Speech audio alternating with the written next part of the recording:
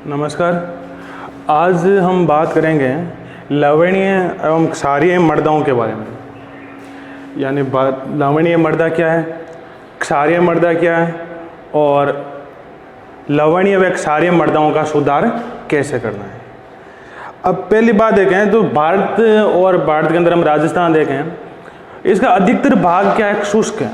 मतलब यहाँ पर वर्षा की कमी है।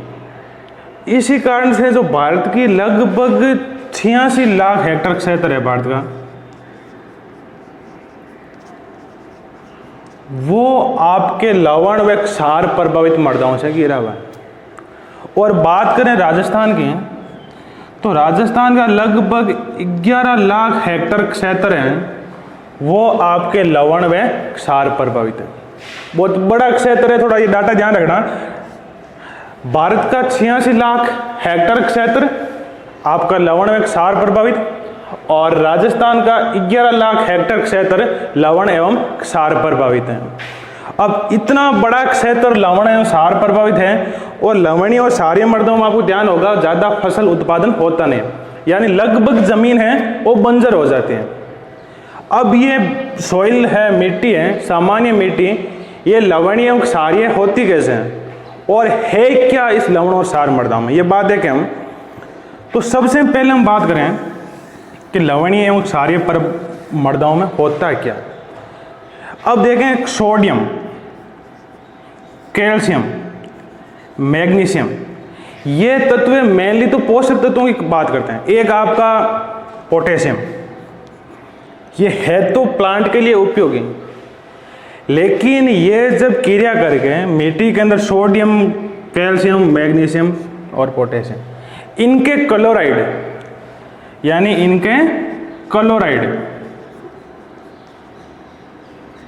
इनके कार्बोनेट और इनके बाइकार्बोनेट,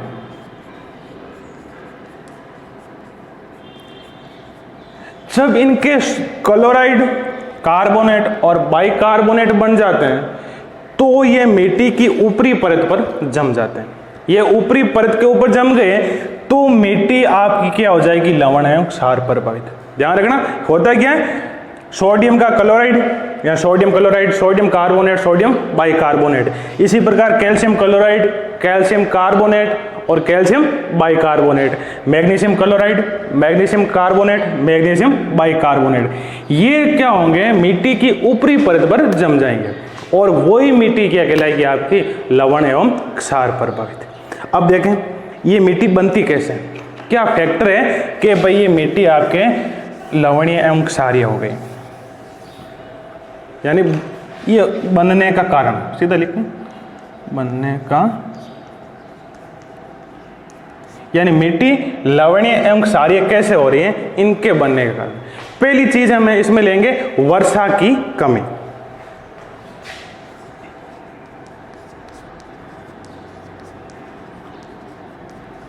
यानी जहां पर वर्षा का मान कम है वहां की मिट्टी क्षारीय व लवणीय हो जाती है। यानी वर्षा की मात्रा कम तो मिट्टी लवणीय एवं क्षारीय कैसे।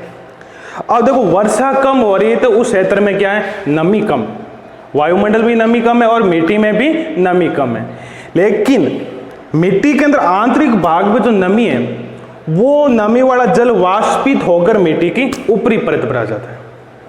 और ध्यान से देखना कि मिट्टी के आंतरिक भाग में जो जल है, मिट्टी की प्रोफाइल के अंदर, चाहे वो गैसीय है चाहे गुरुत्वीय है, वो जल क्या होगा, हीट के कारण वाष्पित होकर मिट्टी की ऊपरी परत पर आएगा। उस जल के साथ मिट्टी में उपस्थित जो आपके बाष्मिक तत्व हैं, उनके जो क्लोराइड, बाकी हमने बात कही थी, इनके क्लोराइड हैं चाहे कार्बोनेट है, ये तत्व क्या होंगे, घुलकर उस वाष्पित जल के साथ ऊपर आ जाएंगे। अब जो जल है वो तो हवा में चला जाएगा, लेकिन ये तत्व हैं वो मिट्टी की ऊपरी परत पर ही जमा हो जाएंगे और ये प्रक्रिया सतत चलती रहेगी। तो क्या होगा, इन तत्वों की अधिकता हो जाएगी मिट्टी की ऊपरी परत पर और वो मिट्टी लवणीय एवं क्षारीय हो जाएगी। कैसे, वर्षा की कमी हो रही है तो जो भूमिगत जल है मिट्टी की प्रोफाइल में, वो जल वाष्पित होकर ऊपर आएगा। उस जल के साथ ये तत्व घुलकर मिट्टी की ऊपरी परत पर आ जाएंगे। जल तो वाष्पित हो जाएगा, लेकिन यह तत्व क्या होंगे, मिट्टी की ऊपरी परत पर ही रह जाएंगे। तो मिट्टी क्या होगी आपकी, लवणीय एवं क्षारीय। अगला हम बात करें जल निकास की कमी।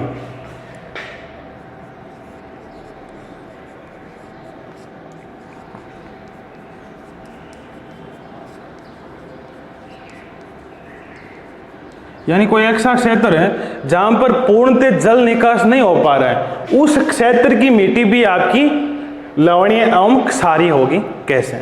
जैसे वो ढलान वाला क्षेत्र है, जल बहकर आ रहा है, तो उस जल के साथ आपके ये आयन भी आएंगे, और जहां पर ये जल एकत्रित हो रहा है उसी क्षेत्र में, जहां पर जल एकत्रित हो रहा है उसी क्षेत्र में ये आयन भी एकत्रित हो जाएंगे।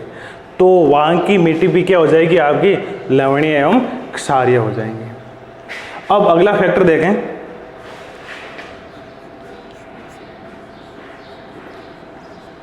खारे जल से सिंचाई। और इसमें मेनली फैक्टर करता है सोडियम।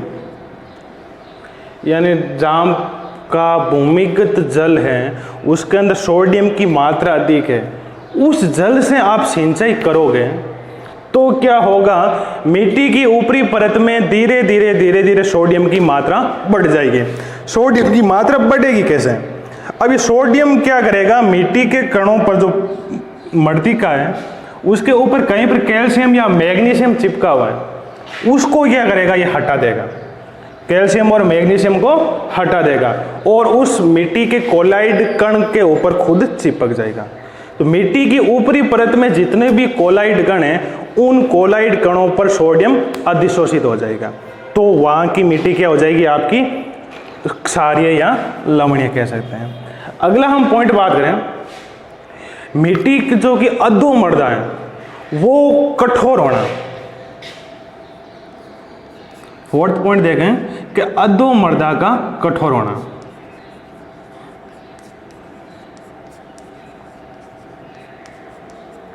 अब पहली बात, अधोमृदा हमेशा कठोर ही होती है, यानी जितनी सॉफ्ट ऊपर वाली मृदा होती है उतनी सॉफ्ट आपकी अधोमृदा नहीं होती है, उसके अंदर रंध्रांश का मान कम होगा। लेकिन कोई ऐसा क्षेत्र है जहां की अधोमृदा बहुत ही अधिक कठोर है, उन मृदाओं में आपके क्षारीयता व लवणीयता बढ़ने का चांस उतना ही अधिक हो जाएगा। कैसे होगा कि देखें हम कि बारिश हो रही है या सिंचाई कर रहे हो आप, सिंचाई भूमिगत जल के अंदर सोडियम या कैल्शियम की मात्रा अधिक है, सोडियम खारा जल है, उसकी सिंचाई कर रहे हो। यदि अधोमृदा नॉर्मली है तो जल क्या होगा, डायरेक्ट लीचिंग हो जाएगी, उसके साथ सोडियम या बाकी कण है वो भी नीचे चले जाएंगे। लेकिन अधोमृदा कठोर हो गई, सपोज दैट इस पार्ट, ये सोइल का पार्ट है और इस पार्ट से आपकी अधोमृदा स्टार्ट है, कठोर मृदा, और ऊपर है आपके नॉर्मली एन आ रहा है, यहां तक तो पहुंच जाएगा। लेकिन मिट्टी कठोर हो गई, रंध्रांश का मान कम हो गया, तो एन क्या रहेगा, धीरे धीरे ऊपर बढ़ता रहेगा। यानी अधोमृदा से ऊपर जितनी भी मिट्टी है अब उसके अंदर सोडियम की मात्रा बढ़ जाएगी, तो भी वहां पर लवणता एवं क्षारीयता का मान बढ़ जाएगा। लेकिन यही अधोमृदा सॉफ्ट होती है तो ये एन के कारण मिट्टी की प्रोफाइल के नीचे चले जाते हैं, तो मिट्टी के अंदर क्षारीयता का गुण नहीं आता। अब अगली बात करें कि कोई आपका जो समीपवर्ती क्षेत्र है, यानी सॉइल है, खेती बाड़ी कर रहे हो आप, उसके पास कोई बड़ा जल स्रोत है,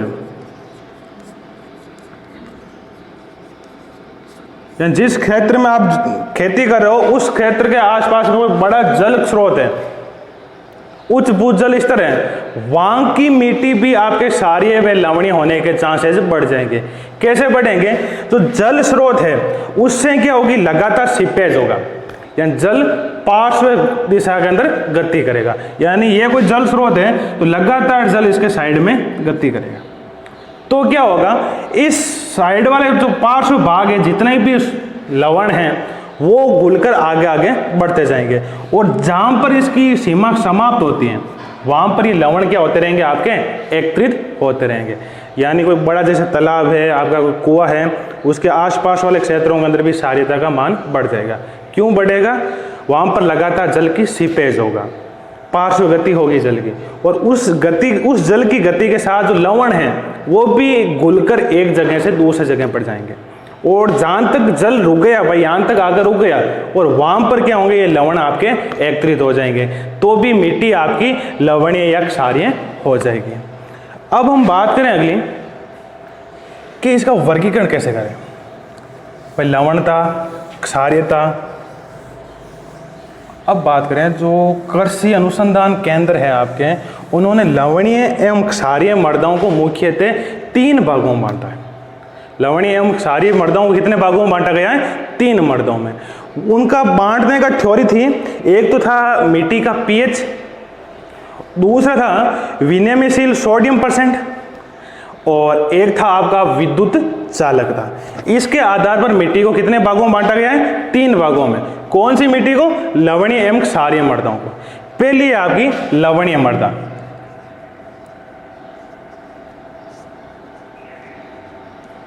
लवणीय मृदा, अब फैक्टर देखते हैं। एक तो है विद्युत चालकता, और इसको मापा जाता है डेसी साइमन प्रति मीटर के अंदर। अगला ले लें हम पीएच, और एक ले लें विनिमयशील सोडियम प्रतिशत, यानी उस मिट्टी के अंदर विनिमयशील सोडियम कितने हैं, और यहाँ पर ले लेते हैं मृदा वर्ग, यानी कितने प्रकार की मिट्टी है। अब देखें, विद्युत चालकता हमेशा 25 डिग्री सेल्सियस ताप पर मापी जाती है। कितने डिग्री सेल्सियस ताप पर? 25 डिग्री सेल्सियस ताप पर। जो लवणीय मृदा है उसकी विद्युत चालकता होती है 4 से अधिक। विद्युत चालकता 4 से अधिक, और इसका पीएच मान होता है, वो होता है 8.5 से कम। 8.5 से कम। और इसके अंदर जो विनिमयशील सोडियम की परसेंटेज होती है वो भी होती है आपकी 15 से कम। डाउन है 15 से, तो 15 से कम। देखो, पहला पार्ट हमने लिखा था लवणीय मृदा। कौन सी लवणीय मृदा किसे कहेंगे भाई? जिसकी 25 डिग्री सेल्सियस ताप पर विद्युत चालकता 4 से कम हो तथा उसकी पीएच रेंज 8.5 से कम हो, और विनिमयशील सोडियम परसेंटेज है वो आपके 15 से कम हो, तो मिट्टी कैसी होगी? लवणीय मृदा। अगला हम बात करें क्षारीय मृदा।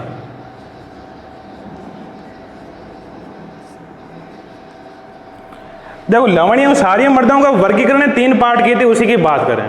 अब इसकी जो विद्युत चालकता होती है वो होती है 4 से कम। विद्युत चालकता इसकी 4 से कम, और जो पीएच मान है क्षारीय मृदा का वो होता है आपका 8.5 से अधिक, और इसकी जो विनिमय सोडियम क्षमता है वो भी होगी आपकी 15 से अधिक। तो दूसरा पार्ट हो गया क्षारीय मृदा, जिसकी विद्युत चालकता 25 डिग्री सेल्सियस ताप पर डेसी साइमन प्रति मीटर के अंदर मापा जाता है 4 से अधिक। उसकी पीएच रेंज होगी 8.5 से कम, और जो विनिमयशील सोडियम आयन का परसेंटेज है वो होगा 15 से कम। दूसरी आपकी क्षारीय मृदा, जिसकी विद्युत चालकता होगी आपकी 4 से कम, उसका पीएच मान होगा 8.5 से अधिक, और विनिमयशील सोडियम आयन का जो परसेंटेज होगा वो होगा आपका 15 से अधिक। अगला तीसरा पार्ट है इसका लवणीय क्षारीय मृदा। लवणीय क्षारीय मृदा। अब लवणीय क्षारीय मृदा की विद्युत चालकता होती है आपकी 4 से अधिक।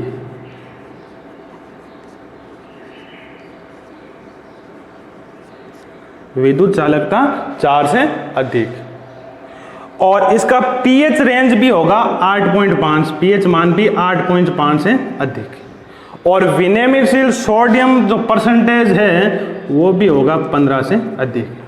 तो ये मेन 3 पार्ट हैं आपके लवणीय एवं क्षारीय मृदाओं के। कौन कौन से? पहला लवणीय मृदा, दूसरा क्षारीय मृदा, तीसरा लवणीय क्षारीय मृदा। अब लवणीय मृदा की पीएच, सोडियम परसेंटेज और विद्युत चालकता आपके सामने, इसको नोट भी कर लें। अब बात करें कि जो भारत के अंदर जो विभिन्न प्रकार की सॉइल हैं, क्षारीय और लवणीय प्रभावित, उनको किन क्षेत्रों में क्या नाम से जाना जाता है? किन क्षेत्रों में किस नाम से जाना जाता है देखो लवणीय एवं क्षारीय मृदा ही, लेकिन इनका नामकरण अलग अलग हो गया। अब बात करें, पहला है मृदा का नाम कि लैटेराइट मृदा कहां पर पाई जाती है? केरल के अंदर। और इस लैटेराइट मृदा का एक गुण होता है, इसके अंदर सबसे ज्यादा मात्रा में पायराइट पाया जाता है। थोड़ा सा ध्यान रखना कि लैटेराइट मृदा में सबसे ज्यादा मात्रा में आपका पायराइट उपस्थित होगा।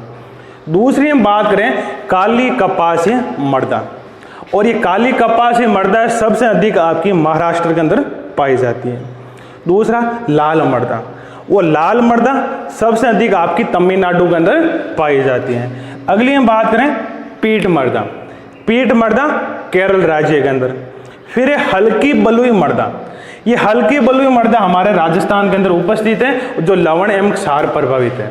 और हल्की बलुई मृदा की हम पहचान की बात करें कि बालू भी हैं और बारीक बालू मृदा है, बड़े कण नहीं है बालू के, लेकिन बारीक बालू मृदा है, जिसे आप लोकली हम वर्ड लेते हैं, थड़ी वर्ड यूज लेते हैं, वो आपकी हल्की बलुई मृदा।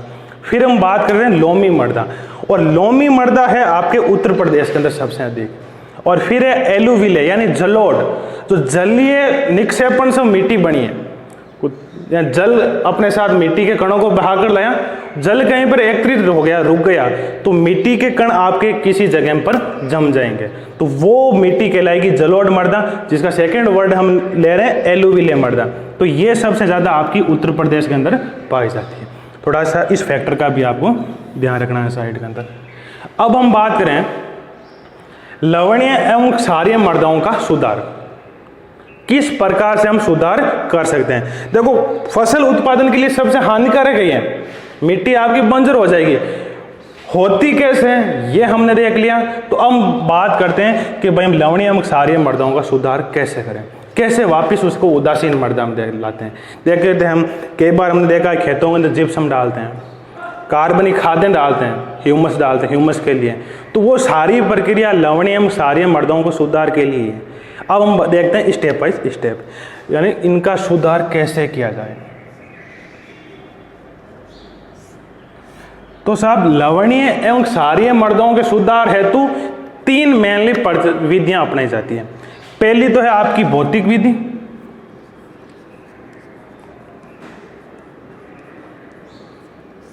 सेकेंड है आपकी रासायनिक विधि,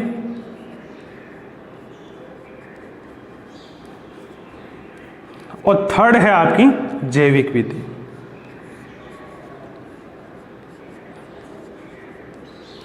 इन तीन विधियों के द्वारा हम लवणीय एवं क्षारीय मृदाओं का सुधार कर सकते हैं, भौतिक, रासायनिक और जैविक।